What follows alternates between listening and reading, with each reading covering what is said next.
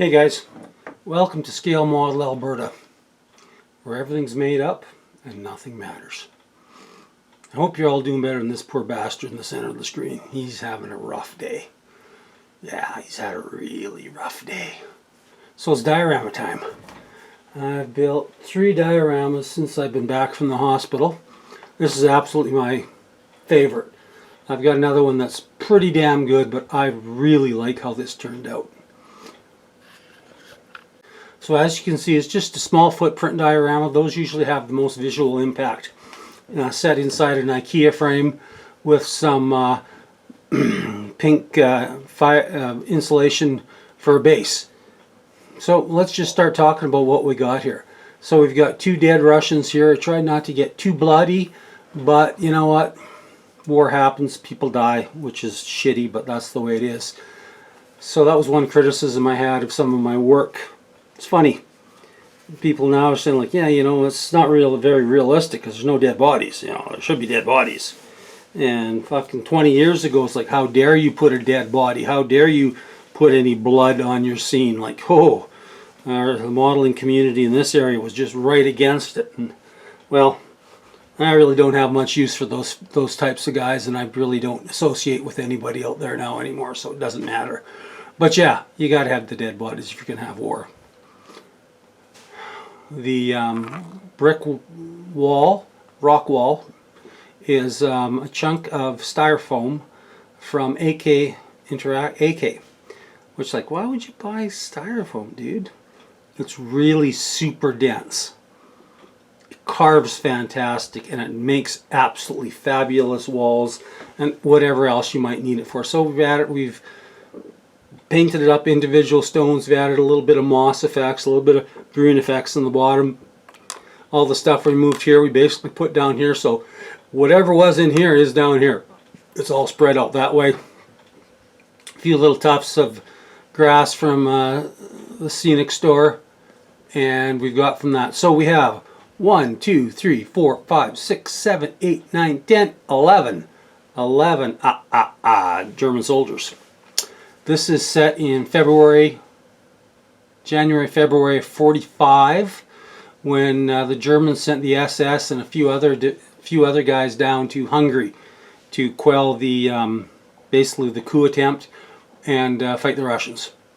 So as you can see, it's not going so good for either side here. Basically a classic ambush from the ridgeline, and the Germans are raking fire back towards them. So what I've been really trying to do with my dioramas is get more detail stuff, like little bits and bobs of basically just flotsam and stuff that gets scattered around during battle. So I put on shell casings there. There's tons of shell casings back there that you can't really see.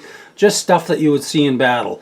You know, this guy's got a couple more hand grenades ready to go. This guy's got his Panzerfaust ready to go. He's got a ready second barrel. Well, he's just not ready for anything right now.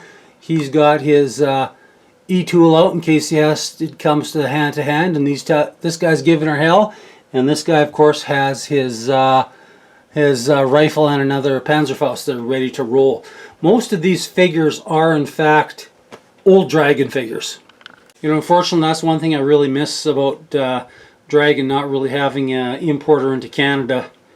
We can't get Dragon anymore. It's so difficult. You'll see the odd kit here and there, but figures, just impossible to try and get Dragon figures, and even from some of the Chinese suppliers that I deal with.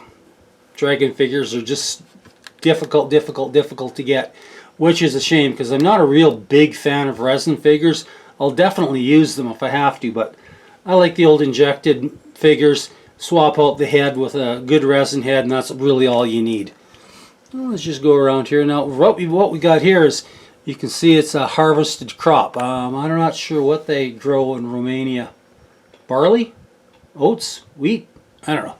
Anyway, this is, you can see all the rows were planted. I can't remember what I used. It was some type of a natural grass that I found out in the bush and brought a whole bunch of it back. So I added in the rows of that and then put the melted snow in between, because during this time of the year it was really cold, had lots of snow, and then they had a really early spring that caused melting and a lot of mud. Then it froze back up again. So that's what we're showing here. A muddy road that's froze up again. These guys aren't operating in mud, they're operating on frozen mud. It's actually quite a difference. From being in the off-road transportation industry for a few years, you know, they'll say, yeah, come in on the frost. Basically saying, come in while the road still froze. This Mark IV is supposed to be a G, but it's more of an H because of the cupola and a few other details. So basically, we pretty much have to call it a G that's gone in for retro service work at the depot. They've changed the cupola, they've done a few other things, so basically what we have is a very early H.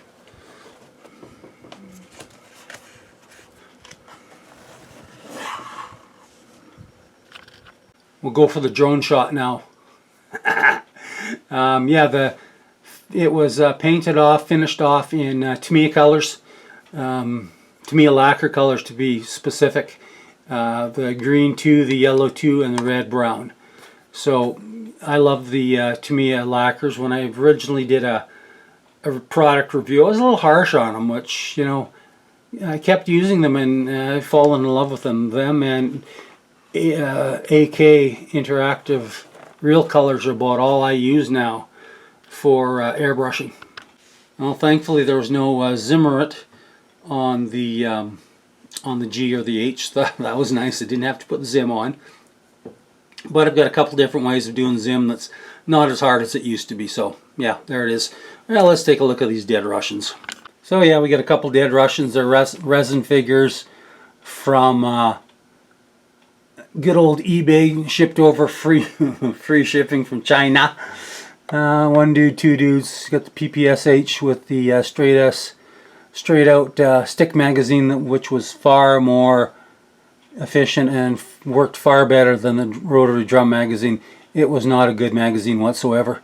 And we painted them up in Russian colors and laid them down. And the thing it is with a dead body, it can't be on the ground, it has to be in the ground, because your body relaxes and basically just folds right into the ground when a person dies. So you have to make sure you bring that ground cover up a bit, so it's up a little bit high in the body, so that it actually looks like it's dead, not just hovering in space.